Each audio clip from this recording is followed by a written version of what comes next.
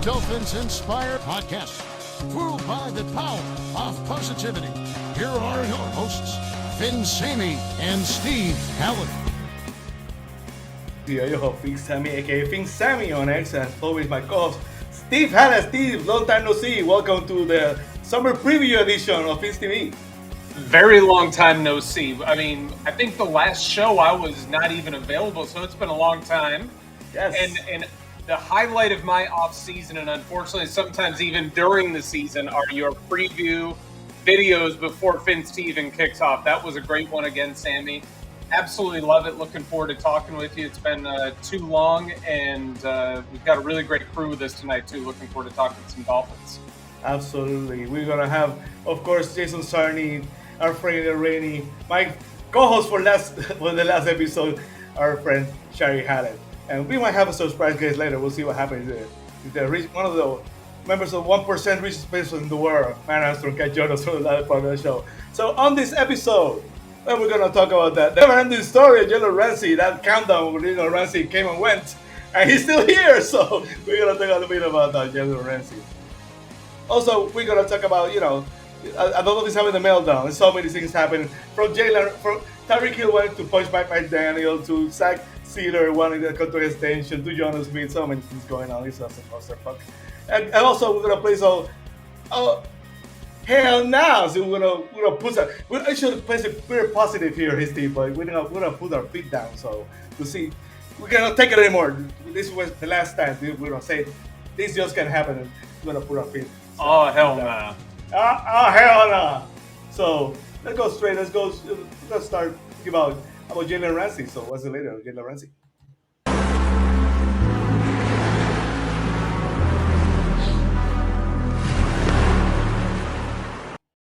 Duncans go to the NFL because Dolphins OTAs are continuing and there's some uncertainty in the secondary. Miami GM Chris Grier has openly said the team's trying to trade seven-time Pro Bowler Jalen Ramsey. He said the cornerback didn't ask for a new deal, but he is due $21 million guaranteed this year. Here's head coach Mike McDaniel talking about the situation.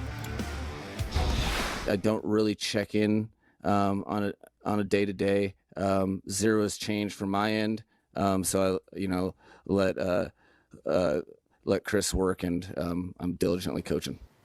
Chris being, of course, Chris Grier. Man, I just miss Mike McDaniel and his lack of words at his press conferences. What are you hearing, as promised, Jeff Darlington's back, about how in the near future we could see Jalen Ramsey shipped out of Miami?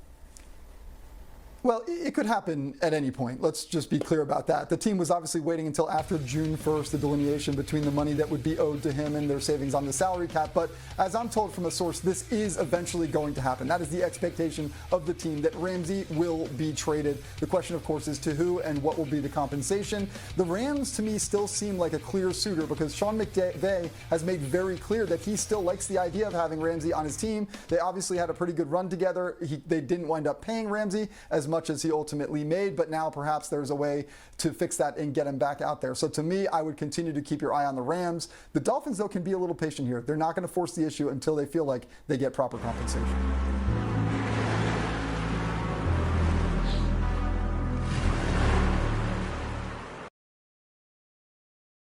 The Jalen Ramsey thing it's a never-ending story. He's looking for a trade. He even had a countdown the last 5 days before June 1st. June 1st came and went, and he's still here. So what are your thoughts about the Dolphins? Basically, to begin with, do you think they're doing the right thing to try to ship him out of town? Oh, I think that they have a choice. I think that he might, sit out and just threaten to sit out unless he's just totally goes anywhere that he wants to go. But I mean, frankly, the second he said that he wanted out of town, I moved on. If I was still active on social media, I'd be just as salty. I'd be probably to the point of getting blocked. I'd be so obnoxious with him. I'd post up, every day like a meme or a video of, the all-time worst draft slides. The Brady Quinns, the Johnny Manziels that sit there sipping on their water deep into the first. Maybe Shedeur Sanders going all the way, into the fourth round. He sat here like a countdown, like he was going to be gone when the clock was, 001 in the morning on June 2nd. And here we are 8 days later, and he's still a Dolphin. It's ridiculous. And then we've got Coach McDaniel, even today in his press conference, dropping expletives, saying, he doesn't give a shit, about it. And the only way that Mike McDaniel can talk in a press conference, it's almost excruciatingly painful right now to listen to him talk. But I don't know. I mean, do I think that they're doing the right thing? Yeah. I mean, just trade him away. It sucks to lose somebody because, frankly, he's our best cornerback last year, and there's a good chance he'd be our best cornerback this year. But if he does not want to be here and he's, drawing his line in the sand that he's not going to be going anywhere, or he's not going to be stepping on the field for the Dolphins, then they've got to let him go. But they also got to try to get as much compensation as they possibly can. I don't care where they send him as long as it's not in the AFC East. Absolutely. Of course, there were some rumors that he's the one who can continue to be late, and they probably Mike Daniel say talking too much about the change of culture, talking about putting his foot down, and basically says that yeah, you're not gonna change. We don't want you here, so it is. But again, now we'll have to see if we can get proper value for Jalen Ramsey. We're now it's gonna be a really really tough way to trade, basically for a low draft pick after giving him a 5-year signing bonus early in the year. Yep. No, they gave him a ton of money. And I mean, frankly, part of me wishes that they would just drag it on and then, have him start losing money, because the guy signed his name to a contract and then he's like, I'm not feeling it. I don't want to be in South Beach or Miami Gardens anymore. So I'm going to move on. No, dude, you signed a contract. Maybe they should make him, sit out the first couple games, and then when a team is really desperate and one of their top corners has gone down, then they get some better compensation. But prepare like he's not going to be here, and then just whenever he goes, he goes. But the one thing that Mike McDaniel did say that I'll agree with is care about the players that are sitting in the facility right now. Absolutely. So without further ado, let's welcome our guest, of course, Fizz TV crew member Shari Hallett, USA Today columnist Jason Sarney, and Adrian Rainey from the Rainy Day podcast. Good evening. Hello. Okay, That's Welcome to the show. It's a star-studded show.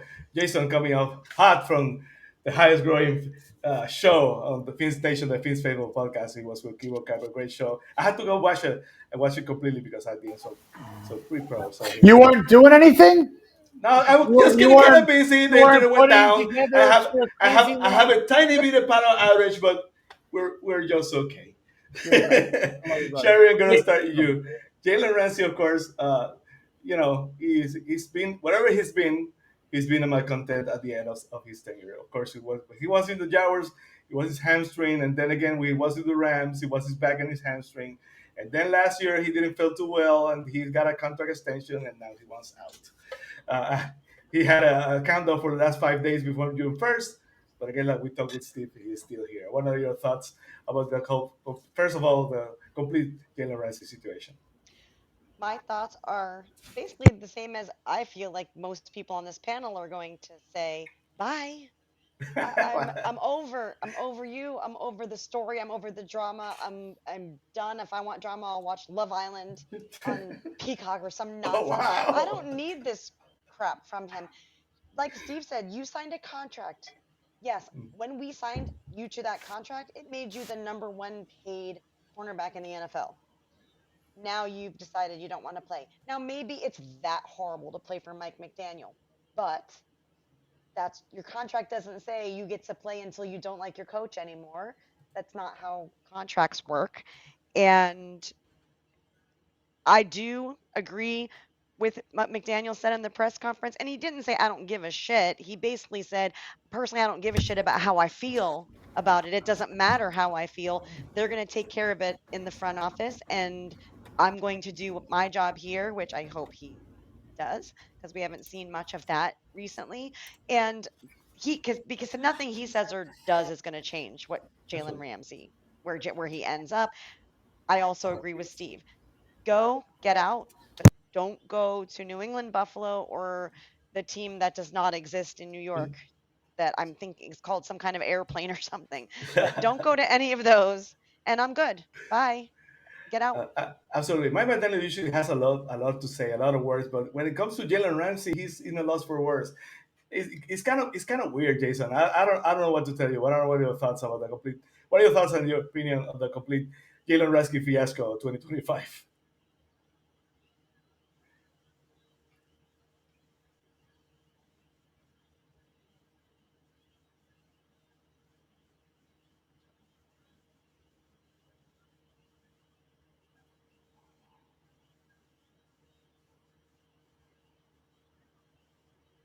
upgrade some sort of a pick that they already own. For example, the pick they brought in from the Houston Texans in 2026 in last April's draft weekend trade.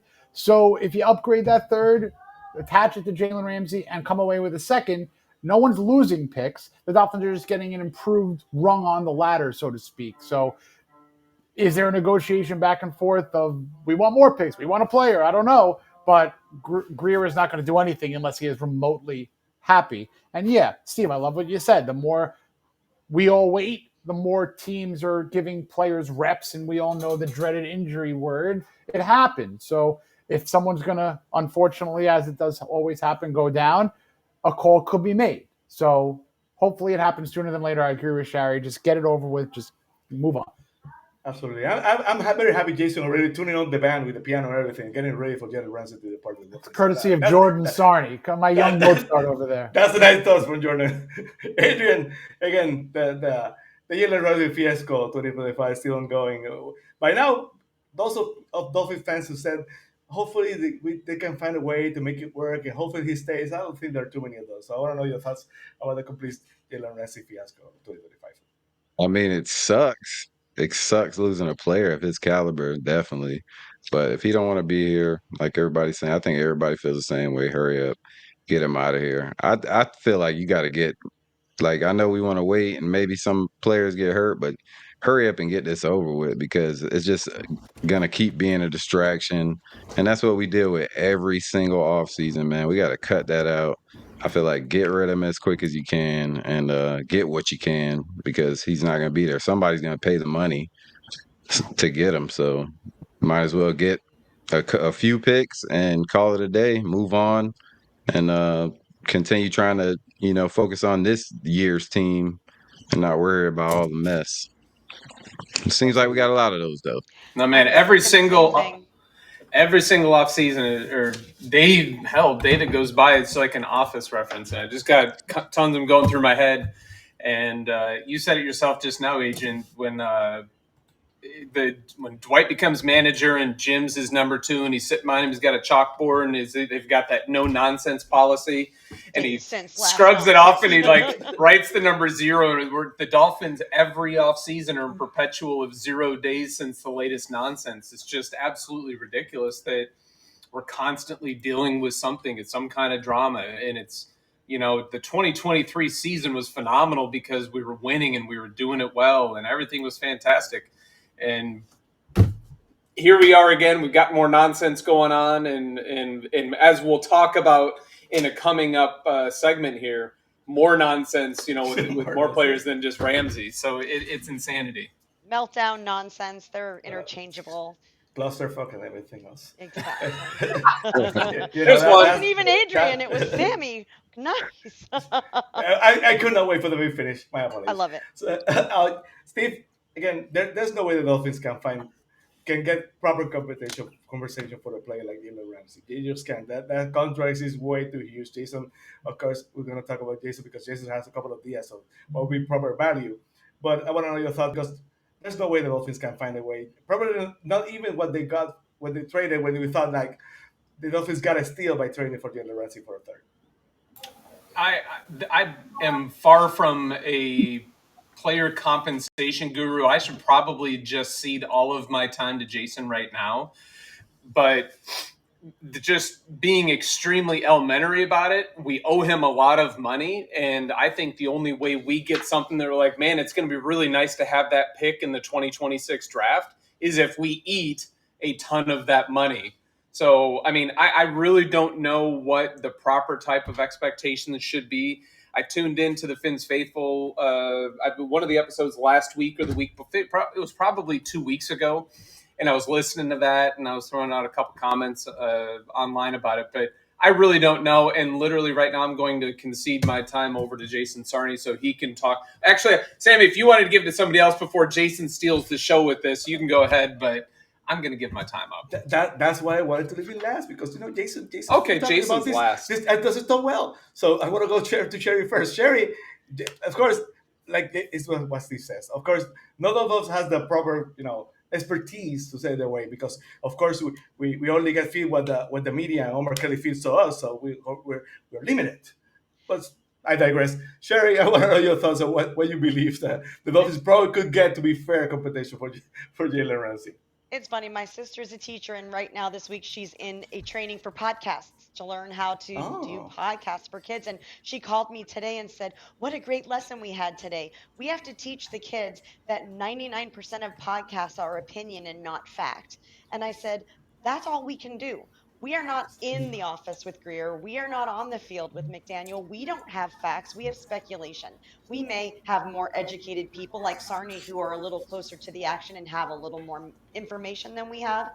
But all I keep thinking is, did I go away? Am I here? Am I here? no, Am I you're good? good. It sounded like I went away. All I keep You hear thinking, better. I can hear better now, but you're good. perfect. All I keep thinking is we've got the mess with Jalen Ramsey and how we're going to lose money.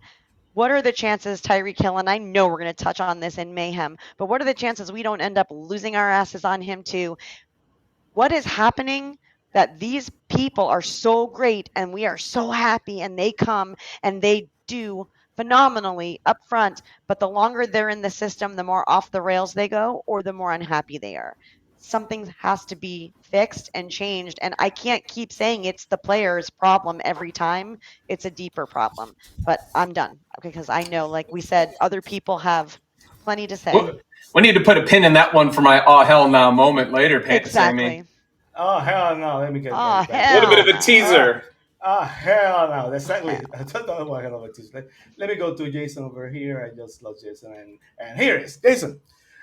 Before I go to Adrian, Jason, you've been on Finn's Fable. You talk a lot about what the Dolphins can do as a fair trade compensation for Jalen Ramsey. Of course, nothing will be fair considering they already gave up $5 million early in the season, and with that contract, you're probably not going to get a lot back. A lot back. But what are your thoughts? What do you think could be ideal proper compensation for Jalen Ramsey? It will be virtually impossible to get equal fair market compensation, but the word has to be tolerable. And I think that there could be some creativity in how they do it.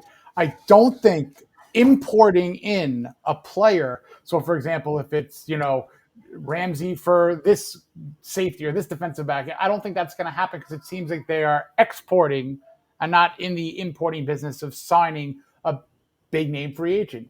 You got a guy like Yari Alexander. I don't know if you sign him in this way, your compensation for Jalen Ramsey could be, we don't need a player. Let's stick with the pick. But I don't necessarily think that signing Yari Alexander is a good move because it's too much money potentially for injury. And I think that they're going for a rebuilding young build. So I'm looking, even if it's a 2027 third, not bad. If they're upgrading that 2023 third 2026 third from the Texans, I'm all for it. But a fourth by itself, that's a loss of a deal for me.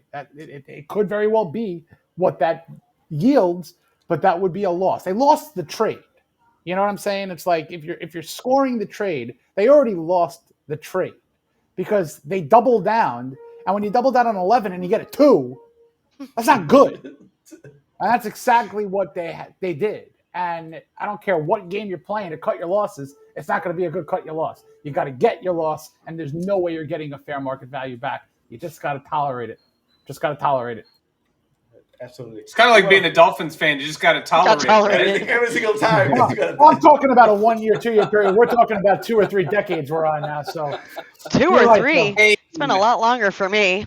Life as a Dolphins fan, that's going to be the name. I'm my 5th decade of this nonsense. Sorry, Adrian. You're good. Adrian, before I go to you, I want to thank the over 5,300 on all platforms watching FIST right now. Adrian, I want to know your thoughts because, again, it's been frustrated. Jared Alexander is out there. Before we talk about Jalen Ramsey, Jared Alexander is out there, and Dolphins fans automatically think that he's coming here. If there's a market and there's competition for a guy who's played basically 7 games the last 7 seasons, I'm out. But Jalen Ramsey, fair compensation. What are your thoughts? I really don't think we're gonna get much. Like Jason was saying, I think 5th, maybe a 5th and a 7th, maybe a 5th and a 6th. That's probably all we get. Teams know we desperate. Exactly. Like he hasn't shown up to Minicamp. I mean, it's time to go. Gotta put the foot down on the pedal and get this done, or it's just gonna keep being a distraction. That's it. So take what you can now. I mean, Jair, you want to talk about Jair? Jair gonna have a market, so somebody's gonna pick him up and somebody's gonna sign him for on a good deal. It's not gonna be no vet minimum or anything like that. The dude's still pretty young, and we all know what he could do when healthy. But sounds like perfect Dolphin player when healthy. But yeah, man, that's my I think you point. just exactly. I think you just get what you can for Ramsey right now and just get it over with. Rip the Band-Aid off and keep it moving. That's it. It happens every single time. Dolphins fans said, "Let's go to a player." They know that he's injury prone. OBJ, Will Fuller, they gave him in, and they said, "Oh, Green always picking those injured players." Boy, you wanted that same player too, so quit asking. I call it the Dolphins fandom fog a mirror free agency. Because if a name gets dropped from another team and he can fog a mirror still by breathing, the fans are clamoring for that person. Be like, we gotta have him, Dolphin. Get him over here. And it's like, seriously, he's like 137 years old. As soon as I saw a report that Alexander was released, I'm like, please, Dolphin fans, don't do it. It was too late. There were so many comments about that. Let's go for the comments for a second. I want my Fins TV Cosa. Thank you for joining us. One of our resident chat members on the chat over there. Our friend Bobby Finstock, Fins TV. Good evening to you, Finstock. Thank you. My daughter's watching it. And Aw. Hello. Hi, not too. No doubt. Family support. Family support. Absolutely. Between the piano and the comments, I love it. We're a family show. We love it. But we only need an appearance by Oye My Fluffy, and we'll be good. No doubt, who collaborates with our friend Sean Stanley is also in the chat. Let me see. Also, he has one more comment. Let me see if I can see it here. Thank Lord for the Hidden Panthers. Safe helps. Yes. In Spain. Adrian, I want to know your thoughts about that because that's probably direct at you. What are your thoughts about that? About what he said? Yeah, because I know you showed the relay post goes about everything, so that's basically your comment. I wish we had a GM and a coach and dogs of players like the Florida Panthers do, man. They got their shit together, bro. The whole organization they're all aligned. They're all aligned. This is what a team looks like. Like when a team is all aligned, this is what a championship team looks like. 3 straight, trips to the finals and a chance to go back to back. Dude, that's hard, man. That's hard. Yeah.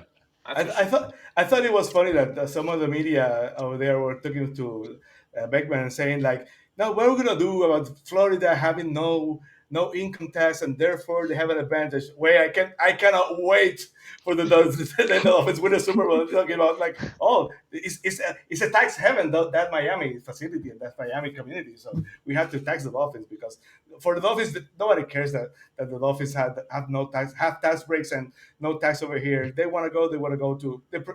Sometimes they rather go to Green Bay and to Buffalo than to Miami. So. It hurts. They want to win championships.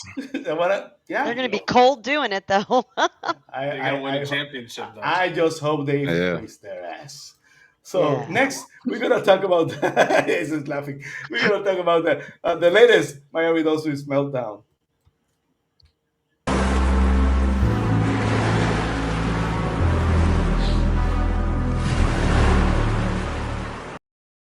Availability of Jonnu Smith. I do think Jonnu Smith would like to stay in Miami. He has a home there. He looks very comfortable in Mike McDaniel's offense. Mike McDaniel was able to get a lot out of him last year.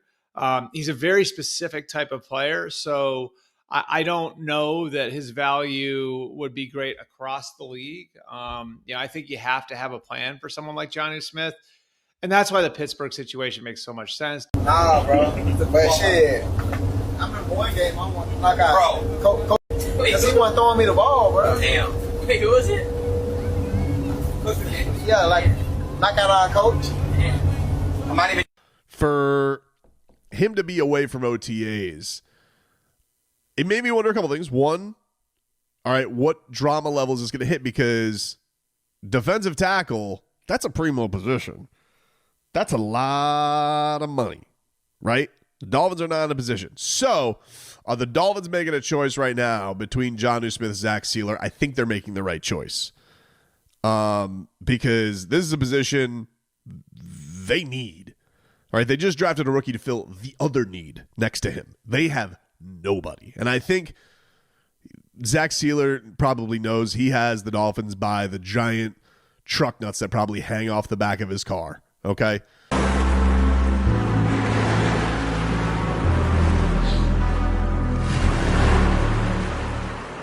Shout out to Tommy. I just love that guy. I'm pretty close to bingo right now, Sammy, with somebody saying truck nuts. I think the guy had a chance. I thought short and curlies was coming, so I have to change mine. Nuts. Yes. Well, we're still on the second segment. So Truck nuts wasn't on the bingo card for the night, but I'm so glad Tobin played it. So glad. Yes. Oh man! Again, it's like Steve said. That meme. He uses the one with the office. I like the one with sponsors. The ones with sponsors or zero access. You can't have a break.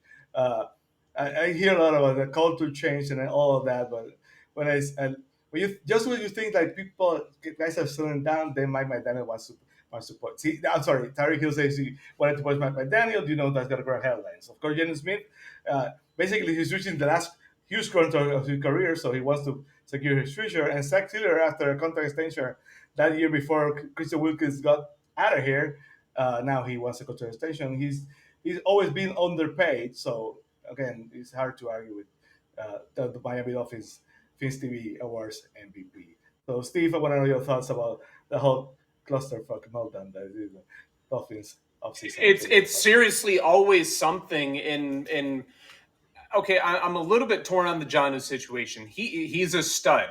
He got the yards after catch that we've been clamoring for years in Miami. Mike Gesicki, the guy would catch the ball and fall down. Jonnu Smith, I think in one quarter of football, got more yards after catch than Gesicki would get most of the season. So Jonnu Smith is a stud, and he's a little bit up there in age, but he showed up last year. So you don't pay for past performance in the NFL. You pay for what they can still do, and Jonnu Smith can't open that up for us. But if you're comparing, and I didn't realize that this was out there on the table and everything, but if they're juggling between Jonnu Smith or Zach Sealer, sorry, Jonnu, you're gone, and I don't care where you go. You can go back to an AFC East team. I really don't care at this point.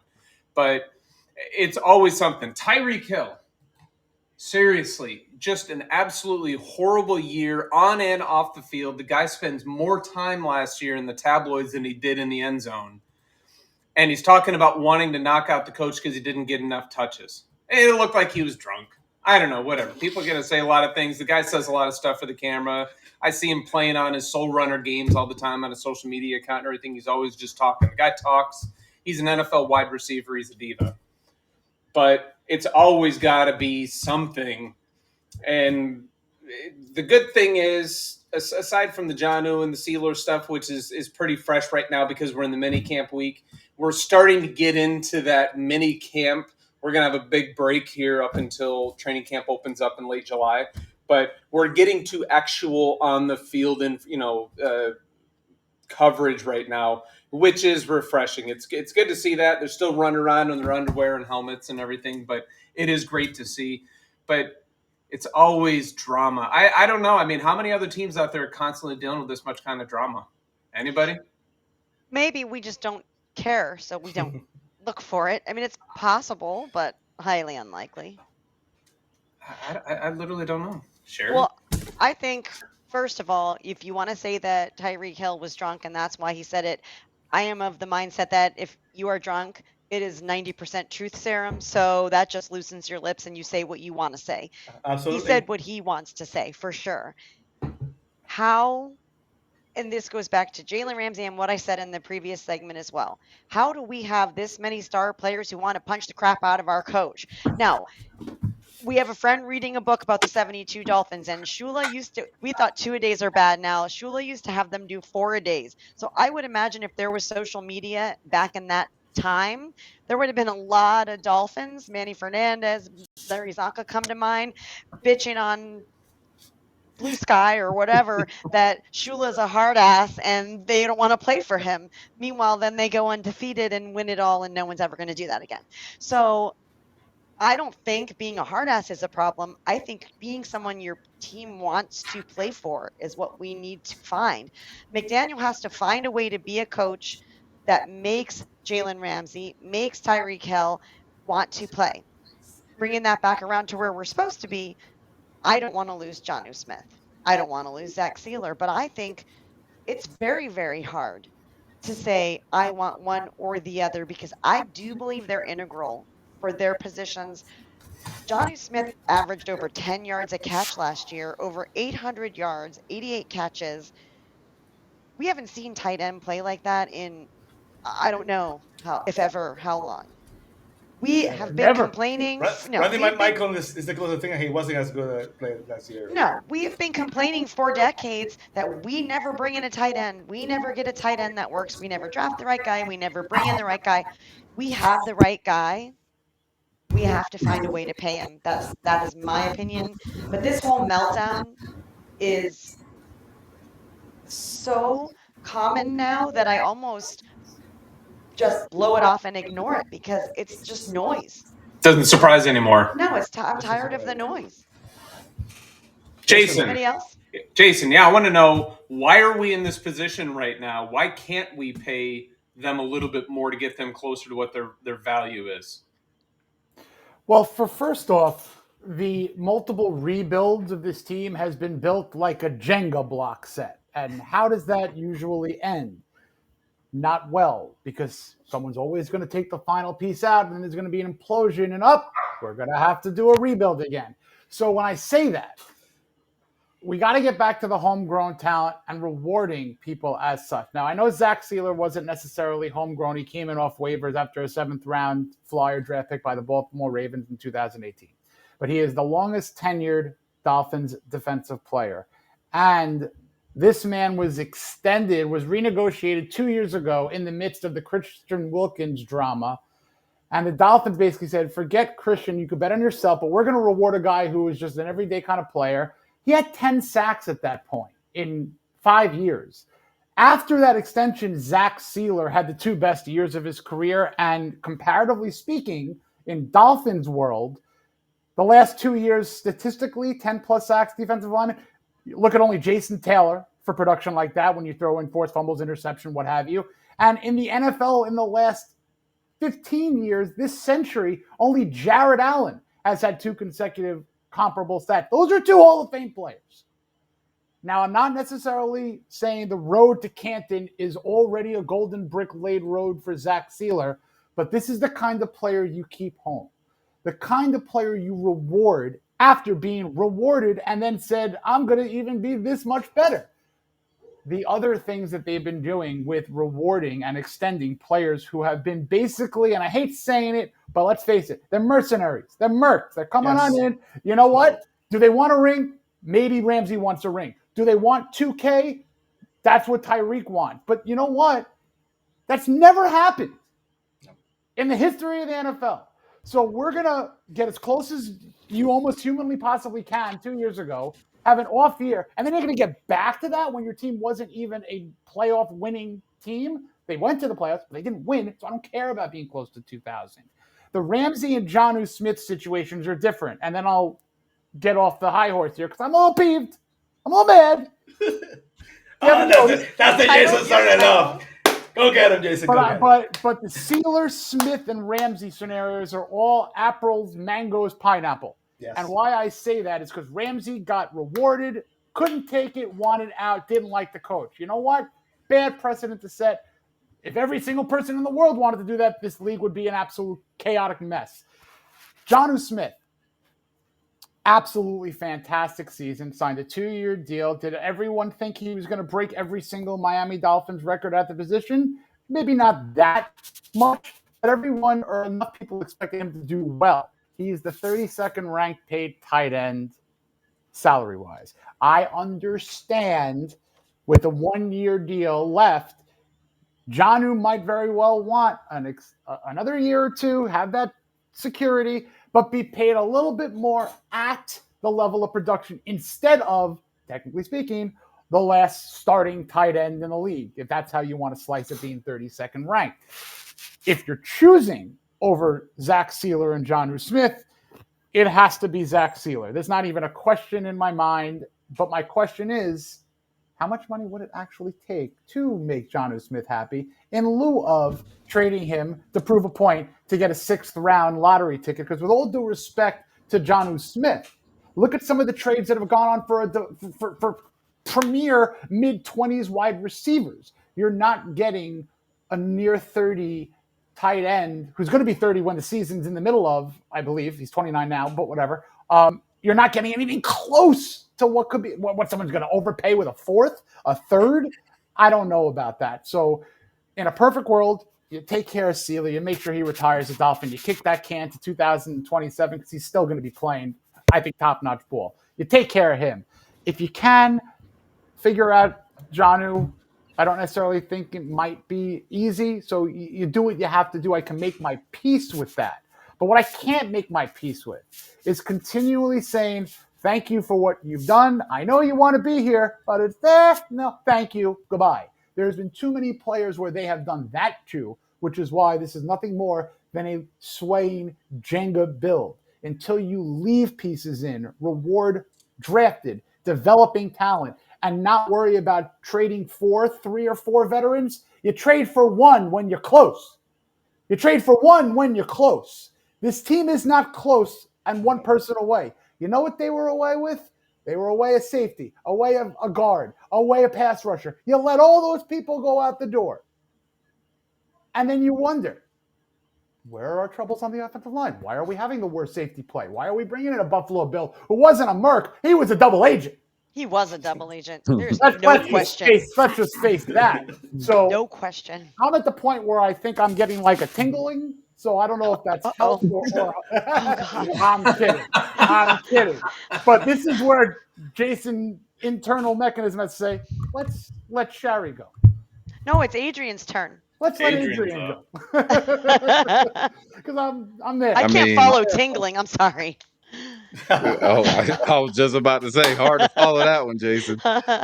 But yeah, man, the whole Tyreek situation. I just want to ask this: y'all think he would say that to your boy in Detroit? Oh. No. Well, let's be real. Tell me you haven't wanted to punch McDaniel in the last 3 years. I mean, who hasn't, man? I'm my own boss, and I want to punch myself. That's part of life. But you think he's saying that to like Robert Saleh or even the previous coach we had? Come on, man. Y'all think he's saying that to a bigger dude? Tyreek, I do. Other people, I think he's just off the rails. I don't think he has a fuck to give. I really don't. Sorry, but I don't. Man, I don't think he's saying that. I don't think he's saying that. If it's a Dan actual Campbell? like No, aggressive alpha coach, he's not saying that. Mike Vrabel? He know he could do. Yeah, and Mike Vrabel, he not saying that too. I'd like to see he him can try. get away with it with Mike McDaniel, so he gonna say that. They let him run around freely, man, and do what he wants. So that's the freedom Tyreek has with Mike McDaniel. But any other coach, man, goodbye. You know, you ain't gonna or come see me in a room. So you're 100% right. The Zach Sealer thing, I think definitely gotta make him a Dolphin for life. This dude was driving in an RV a few years ago, man. Like just trying to make the team. So you definitely reward him. What he's done for us has been nothing short of special. And you have to reward, because you know he's gonna keep. He's a dog, bro.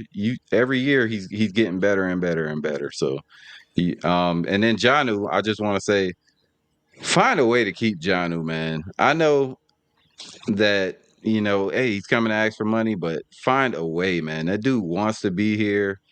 He's proven it on the field, granted 1 year, but Tua, he's got chemistry with Tua. I mean, I don't know how you let him go, but the front office will find a way to mess that up. So, but everything going on, there's solutions, but the Dolphins aren't going to find the right solutions, probably just based off history. I mean, they asked Tua should they pay Jonnu, and he said 100%. So that is one of his main targets. That is somebody he can rely on right now. I don't think Tyreek is someone you can rely on right now. I don't expect Waddle to stay healthy the whole year.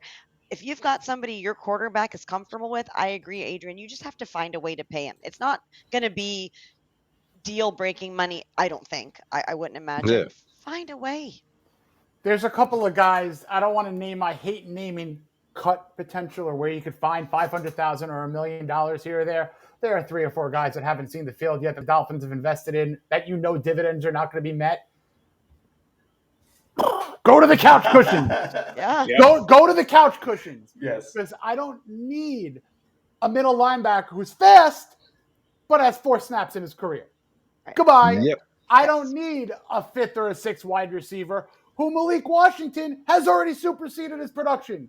Thank you. Goodbye. So I don't know how much money is compiled there. Maybe 1.4 million. In South Florida money, that's 2.8. Yes. I know that's really stupid math, but I know exactly what you're saying. you could find it. And as for McDaniel, and then I'm literally going to stop and take a breather, is McDaniel is almost like this. I'm going to bring a Seinfeld reference in. I know all you Seinfeld freaks out there. Remember when Jerry never got pissed off, never got peeved, and was called out on it? And then Kramer comes in. Kramer, I want you to stop taking my food and get the hell out of here. Kramer, thank you. Kramer looked perplexed for a half a second, and then he started to hysterical laugh. What is this, a bit? He's gone too comedic, too much in his life, where he can never go authoritarian. He can never yell at someone. If Mike McDaniel comes in one day, jumps through the roof, and starts yelling, there's going to be a laughter, and then someone's going to do, what is this, a bit? Yep. And that's where we are, folks, and that's football. We're talking so much I like Mike McDaniel. I happen to like the man, but the style is done. We talk so much about the substitute teacher in my Daniel. Nobody's gonna take that act because he's being so buddy with all of them. Before I produce this show, I had an idea about. I want to ask you because Adrian has to let us before 9 p.m. So before I go to the next time, I want to wrap it up with a question. I had an idea about if the Dolphins look like they're betting by addition by subtraction. Armstead goes, Campbell goes, and then I said last year that everybody is old, so we have to get younger. Now we're getting younger, maybe way too young and too inexperienced. So, do you think there's any chance that the Dolphins are betting too much on addition by subtraction? And what are your thoughts on how that's going to end? I want to start with Steve. I feel like for way too long, this organization falls in love with names in free agency. Fans do it. I already said that. They fog a mirror. The Dolphins fans want them in aqua and orange. But this team goes out there and just makes some of the worst moves while ignoring some of the best stuff that is sitting right there under their noses. Whether it's an Andrew Van Ginkel, whether it's a Ben Johnson, who is a coach on your team, and he is the hottest commodity right now. They've had some of Zach Taylor. We've had some of this talent in our organization, and we consistently recycle them and throw them out to the curb when they're brand new and they've got lots of tread. And we bring in people who have names, and we're going to pay them out the ass, and we're going to give them huge trade compensation. We're just constantly mortgaging ourselves for the future that doesn't materialize. And as much as we love it, we're like, oh my God, it's fantastic. Tyreek Hill, can't believe this is going to happen. There's a euphoric moment in that, but then all of a sudden, oh, damn, they look at that mortgage bill and they're like, holy shit. And then all of a sudden they realize, well, we bought the house, but we knew that we had to do a bunch of other work. And we weren't just a house away from it being somewhere that we could live. We needed a roof. We needed a foundation, and they're missing those foundational pieces. Jason said it earlier. We needed those core foundation pieces, and they just said, you know what? We're going to take all the money that we could use for that we could pay Andrew Van Ginkel with, and we're going to dump it into something else, into other names. And this organization has just done that too long. I know we're short on time. I'll kick it over to somebody else here. But unaligned. Adrian, go ahead. Please, I'm sorry. The whole organization is just unaligned, man. I'm actually. We could talk about Chris Greer for like hours. And we But have, and we it's will continue to. yeah. We will. Don't worry. That won't go away.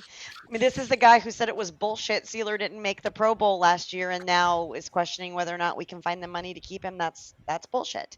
But I can't believe I'm about to say this, but I see Noel Doubt, who I'm guessing Noel Doubt likes the Seminoles, and I am a diehard through and through Gator. But I'm going to agree with what you are saying that if the plays weren't on time and we constantly didn't have procedure penalties and we won challenges and he listened to whomever, and if he doesn't have somebody, get somebody to tell him, no, don't challenge that. My God, what's wrong with you? If we continued to play the way we did the year that we were one and done in the playoffs, there wouldn't need to be a change in culture. Somehow we were this train going in the right direction and the wheels fell off, and then we have to change the culture. So I do agree.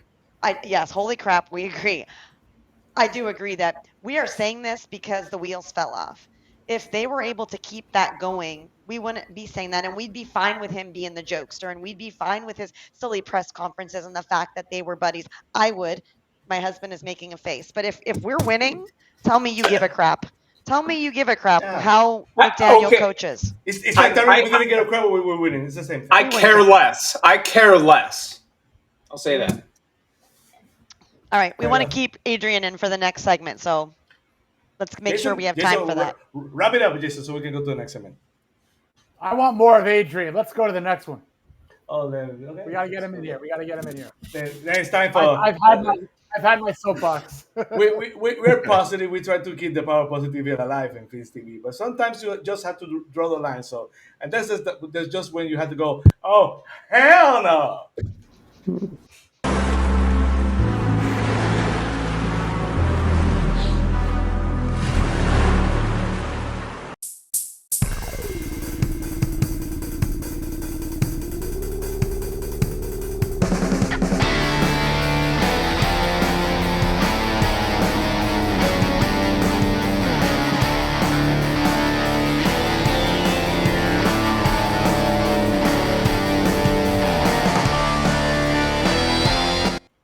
I want each to have a chance to one item that this Shari idea, and I love the tweet that I did because Shari's a classy lady, so I tweeted it to There might have been an F-bomb involved in that original Absolutely.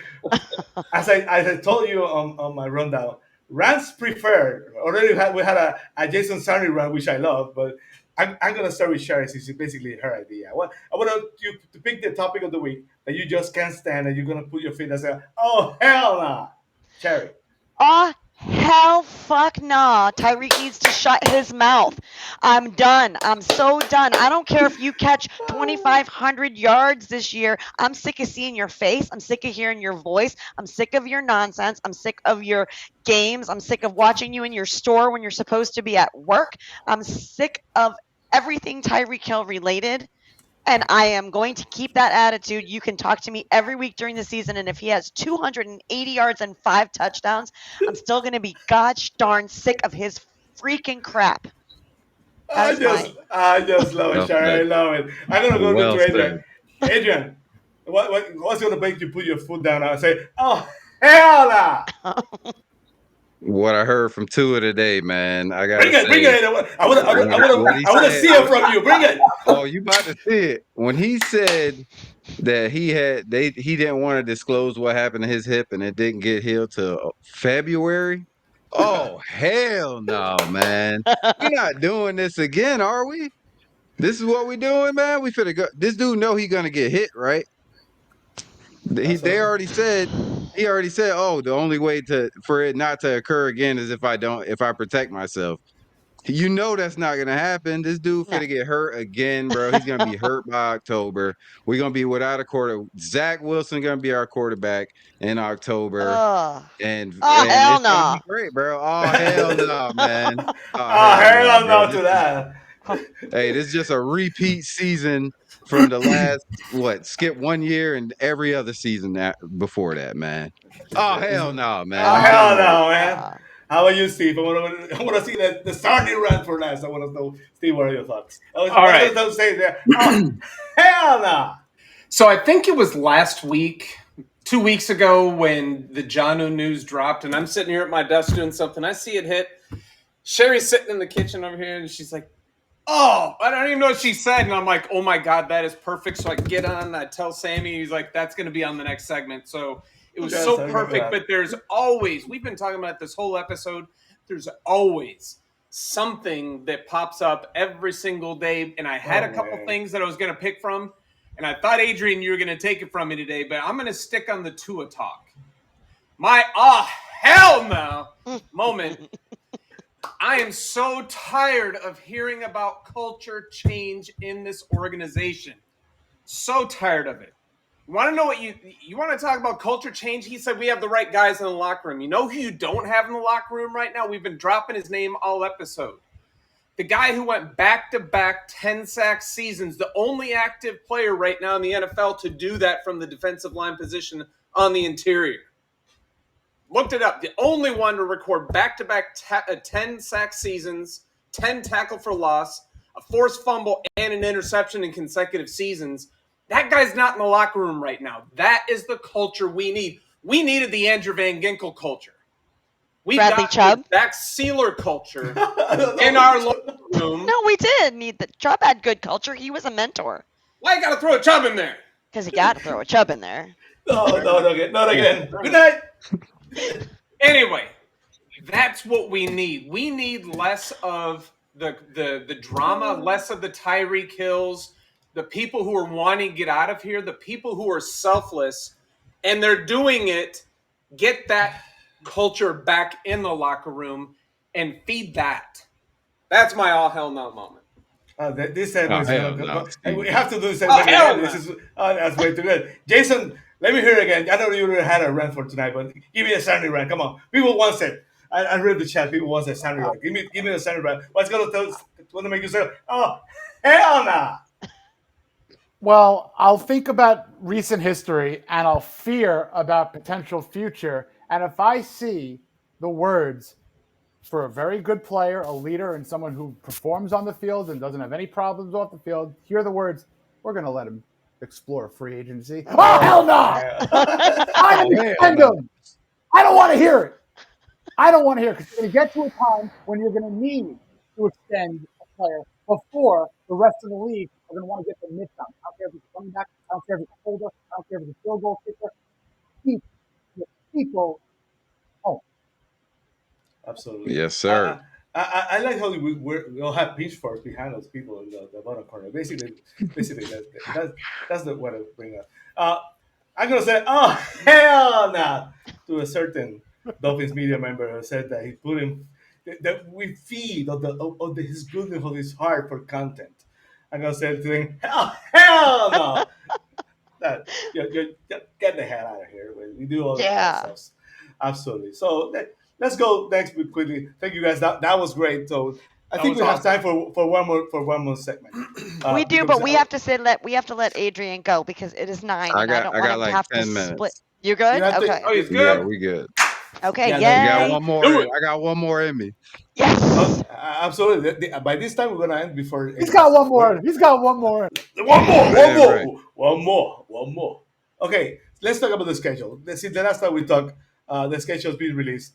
Of course, no schedule is perfect, but I wish we had a better team because this schedule might give us a chance to do some. If we have a better team, we might have to do some damage. But of course, you already had a chance to see the schedule, the usual thing, the usual opponents, the usual trips to the north to end the season. But I digress. If you had a chance to see the schedule, I'm going to start with Steve. There's one point of the season that you said, this is a key point, this is a key game, this was a schedule makes me go, Steve. Well, if I was to channel Matt Armstrong, who, he's not here with us tonight. Wish he was here. It's a little bit too late for him. He would be like, there is no real game on the schedule. We're going to go 17-0, but absolutely. He's not here. So my one matchup this season that really just kind of piques my interest, it's got to be the return to Buffalo Week 3 Thursday Night Football, where we forgot all about Tua's 2023 17-game campaign where we lit it up and we realized, oh, shit, we're back to where we were so many years before in the past couple decades. That's my one game where we're going to find out how much of a rebuild are we really going to need? Or are we, hey, we can do this. The culture has changed. And, let's see what we really have with this team. So that's my first game of the season, if I'm going sequentially, that I'm like, could be the second week of the season, because then you find out, are the Dolphins playing for last place? Is it going to be the Patriots or the Dolphins? But I'm going to stick with week 3. And that's going to be on national television too, so yay. Shari, go next. What were your thoughts for you? That's one of those games that makes you go like, this is key for the Dolphins. Well, my game that makes me go, this is key, is going to be a little different than the rest of yours because my game is going to be the Saints game, because a certain someone and I will be celebrating our 10-year anniversary down in Miami, as we celebrated our honeymoon down in Miami. And so I am very much looking forward to the Saints game so that Steve and I can go. We haven't been to a game in Miami in a lifetime. We saw them play exhibition up here against the Bucs. We need our fix of Hard Rock Stadium. We need our fix of the aqua and orange, and I can't wait. So that I'm going to let you guys talk about turning points for our team, and I'm going to talk about the game I'm most excited about. So that's the one for me. I really got my tickets for the Chargers game, but I might have to. We're looking at that one too. I might make a trip to the North games. Who knows? We're thinking Chargers. We are thinking Chargers as well. So. You gotta love gotta love our fix of the Herbie. Adrian, what are your thoughts on the schedule? When's that game that goes? You go for the Dolphins. Game 1. You know why? Right from the start. Because that's what we see where we're going to be at. But literally, I'm going to be the most optimistic person on this panel, right? We're going to go 0-17. Wow. And I'm only saying that because that way I can feel every win. I can feel like I'm winning the Super Bowl. I love it. All right? I love it. And every expectations. And every he's having sour Matt. Jason, he's having sour Matt. Yep. That's it. That's what I'm doing. Game 1, it starts there. So every win going to feel like the Super Bowl. Every loss was already expected. We're good, man. It's going to be a great season. Expectations. I was going to say this is the bar for expectations, and then everything else is gravy. You ever seen Mad TV? Lowered expectations. Yep. Yes. There we go. That's it right there. That's it. Hey, there's a fire tonight. How are you, Jason? What's the point of the schedule? I'll tell you, the first 8 games, they should, at the very worst, they should be 5-3. Don't do this to yourself, Jason. Here we go. No. I'm going to set the stage for where we're going to go. There's going to be a road. They're obviously going to be heading into that Thursday night against Baltimore at home off of 2 road games.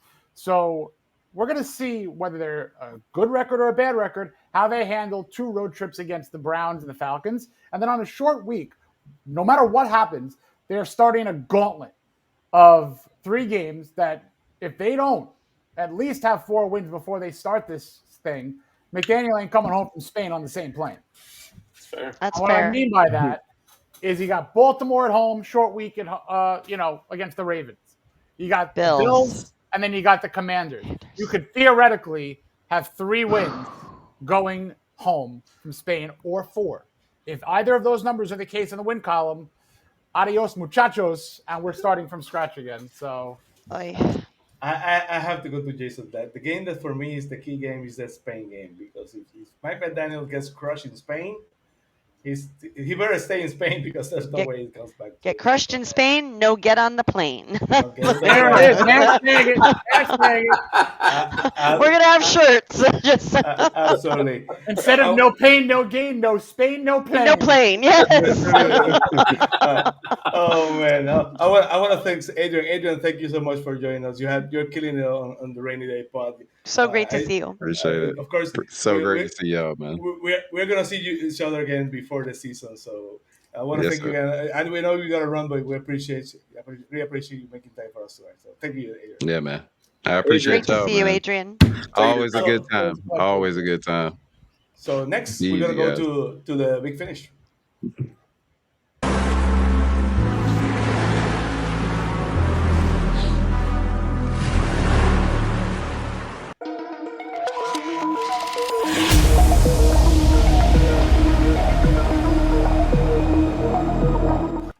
all, again, we want to thank the over 6,954 on our platforms, especially on X, on the Fizz TV website, this TV page. We're gonna have pinstv.com. We're gonna try to to feature some of the best fans who want to write articles, who want to join us on we're gonna feature our best writers on South Florida. Everybody except Homer Kelly. Like and subscribe on X, on YouTube, on of course on Facebook. I want to go. I wanted to let Adrian go, but I have some stuff about today's minicamp. Mike McDaniel spoke to the media, and of course, that Tua had a little bit to say. Steve, filling us a little bit on training camp, your thoughts on training camp, or minicamp today. While I find the video that I cannot find right now. I think it is, but I'm ready, whatever you are. No, I mean, we can hit it whenever you're ready, but it's always, it's always great to see them out there. Look, the off season this year, I mean, I admit, couple really rough seasons. It's been difficult for me to continue to tap back into it. This has been an extremely busy first half of 2025, much busier than usual. So I haven't been able to tune in as much as I want to. But now that coincidentally we're in mandatory mini camps, daughter's graduated, party's over and everything. So, hey, I can get back into some semblance of normal life. I can pay attention to it. It's great to see it. It's always good to see it. Yeah, they're in, shorts, pads, helmet. They're not in pads. They're maybe knee pads and elbow pads and a helmet. But it's good to see that. It's good to get it back out there. Because as much frustration as this team causes every single person out there, there's a reason why we continue to tune in year after year. There's a reason why we buy the merchandise, reason why we have the Fins community of so many different people out there, so many amazing content creators. Even if you're not a content creator, you're just a consumer, but you're constantly engaging with people. It's a phenomenal community, and there's a reason why we do it. So it's great to have that around. It's positive to see some of the players starting to flash like we hope that they will, because we're going to need that young, lesser, costly talent to start stepping up and show that promise that we can backfill. So absolutely. Let's see what Tua, a little bit what Tua had to say and Mike McDaniel today on this meeting.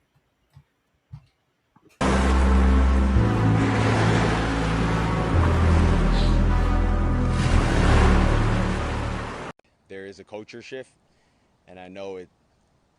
I mean, I feel it just as much as everyone that's been here since I've gotten into the league.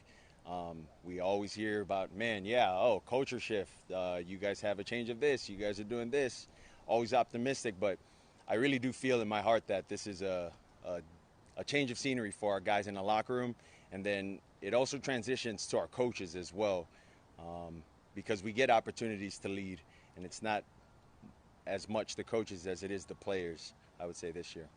I, like everyone else, really want him to be healthy, and you can, you plan so that you are hitting on all cylinders if he's not playing, but the end-all be-all, you have a franchise quarterback, you want him to play, not hang out with me on the sidelines. So, the experience last year, I think if you think of 2024 for Tua, realizing in the most egregiously slow, painful way of just the effects of not having him on the field, the residuals.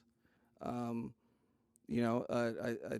think he started the offseason as it being the primary importance. And come on, every effing rep this dude has, that is an opportunity to reinforce something paramount. I'm probably gonna over reinforce paramount. So yes, with me. I don't give a shit about what I feel. I'm not. I don't even really go down that road of how do I feel about it. My job is to react and control my controllables and make sure that people are moving in one direction appropriately. And so the business is business.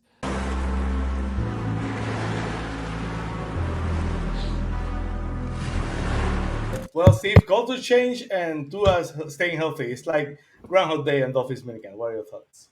It always is. And so I'll start on one side of it, on the negative side, where Devontae Parker for me was always the player that could have been but never was. And it's an overly used, washed out adage in football. The best ability is availability.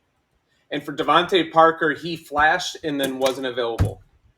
He'd flash and then he wasn't available. And you just had that enough just to get that taste and be like, oh my God, we've got to keep him around. And finally just realize it's never going to materialize. That being said, so the same exact thing applies to Tua. And everybody knows it. He knows it. He does us no good when he has an earpiece and he's sitting on the sidelines and just listening to the plays getting called into whatever crappy backup quarterback that we have in there taking the snaps. He is, I think, Jason, maybe you'll be able to correct me or something. I think it was Warren Sharp. Somebody put out a thread yesterday on Tua. Tua is one of one in this league. Like him or not, he may be the corniest person. He may not be all that cool. He may not be the 6'4", 250-pound quarterback that can chuck it 85 yards. He is one of one, and that is one of one in terms of phenomenal talent. But again, he is only that good when he is on the field. It's great to see it, but he's got to find a way to stop taking those hits, and it's up to the organization to build around him so he doesn't have to hide all of those scars and scabs of a crappy team around him, an offensive line, and give him an opportunity so he doesn't need to bail and make really bad decisions. Absolutely. Jason is the never-ending story. Like I said, the Groundhog Day of Dolphins Minicamp. The Tua staying healthy is always a theme. And of course, now it's a change of culture. A couple of years ago, we talked about how the culture had changed on Dolphins Minicamp. Now, again, it's for the same reason, not for the same reason, of course. Mike Daniel's trying to find a way not to be a buddy friendly coach. What are your thoughts on that? I mean, it goes back to the reference earlier. You know, Mike McDaniel is as unique of an individual as Tua is as a quarterback and an athlete, and that's not good nor bad. They are exactly what they are, how you see them, no matter how you slice it. They're not going to change. And Tua's standpoint, I agree with Steve, you know, and what you guys have all said, you got to live to fight another play. You got to be smart. You got to be on the field. As good as you are, you're not doing anything when you're on the sideline.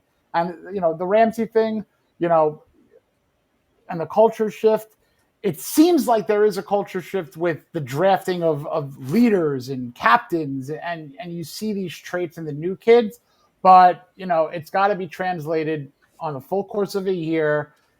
There can't be any stupid distractions with players pulling themselves out of games or plays or series or what have you, and there's got to be major accountability. If it's week 4 and you're 0 for 5 and challenging, come out that you let the coach go. Come out that you made a change. If it's you personally, put someone else in charge. If you're putting someone in charge, you put the wrong person in charge. There's got to be not just the accountability, you got to fix it. So hopefully there's a lot of things that could be fixed. Hopefully there's a toughness. And for Tua, you know what much more could you ask? Because if he's healthy, he should be fine. You got Tyreek, you got Waddle, you got Achane. Let's see if you have Jonnu Smith. And you know what? They drafted an offensive lineman in Jonas of Ionea, who had come out immediately and said, I got you, Tua. Let's go. I'm going to help protect you, in more or less words. So the stage is again set for him to, if he stays healthy, the floor here is not a horrible floor with Tua under center. And as long as they don't let X amount of players go. This was a team who missed a playoff by a game, who did not have a season of Bradley Chubb, who lost Jalen Phillips week 4, who did not have Tua for 6 games. I'm not back on the hopium train. I'm not trying to get there, but this team does have a floor, and Tua playing 17 games should make that floor 1 or 2 games out of a playoff spot at worst. So you got to win that game on the road in the AFC East when it's cold. You got to win that divisional, against a team with a mobile quarterback. Until it happens, we could talk until we're aqua and blue in the face. We know what we got to do. They know what they got to do. Just do it. And then we'll talk. Somebody should make that a slogan. Did anyone ever come up with that? What a great string of words that is.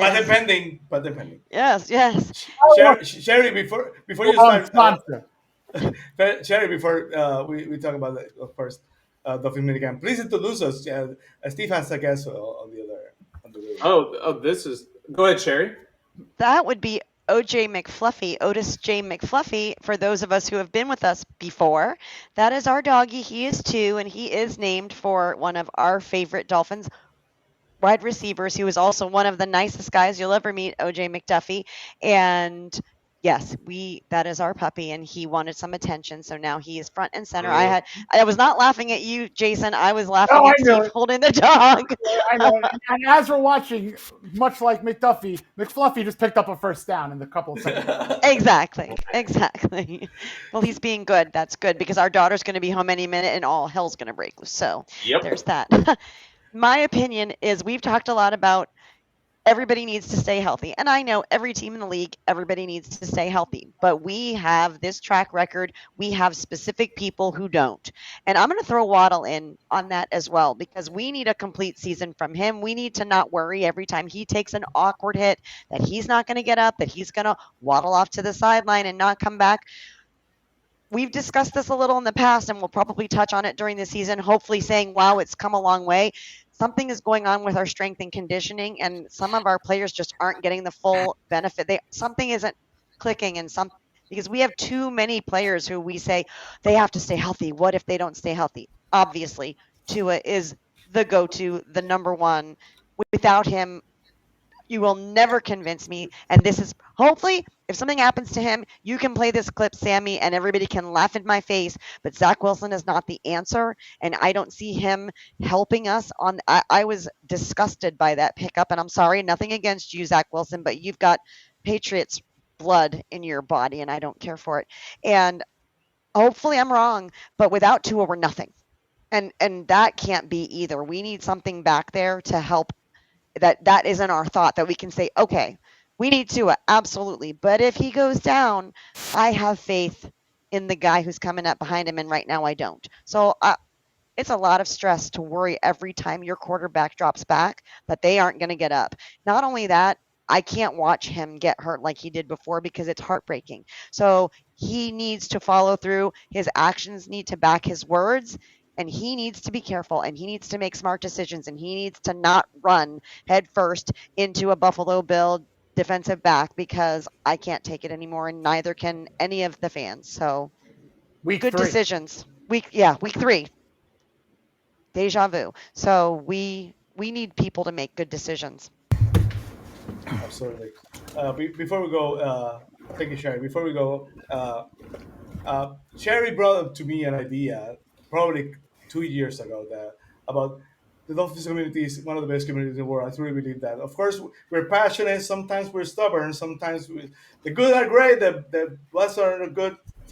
It's like everybody face of life. Sherry brought an idea to me a couple of years ago about there's so many fans that to do so much for the community, so much for others, so much for Feast Nation too. So some super fans. That includes, of course, our friends Jason Sarney and Shari Hallett. And Steve, my brother, he knows how much I appreciate him. But I wanted to get us all. But we're gonna start a new project on Feast TV. It's gonna be called Feast TV Spotlight.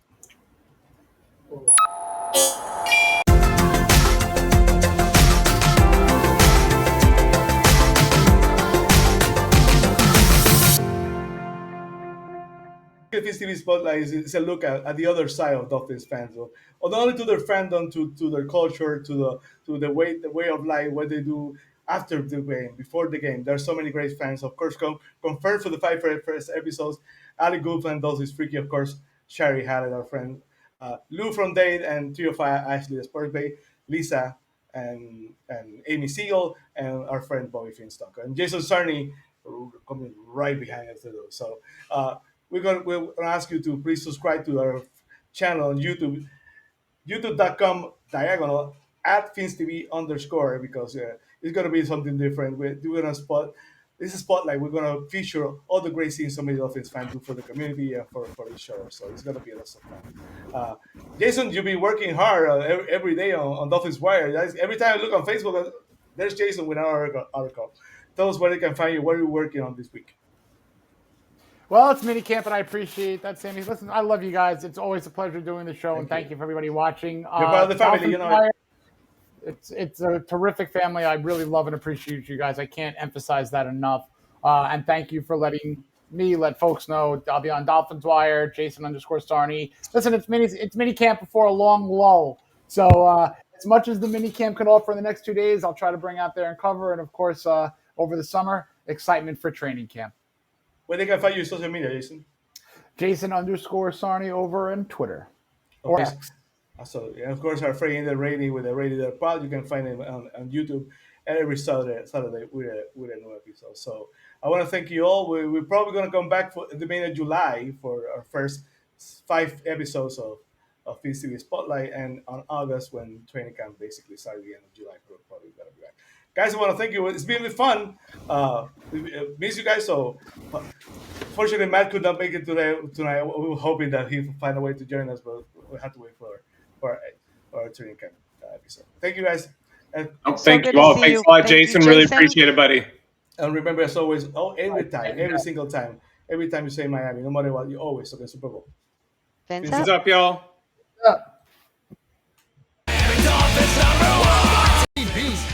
Please like and subscribe. Fins up.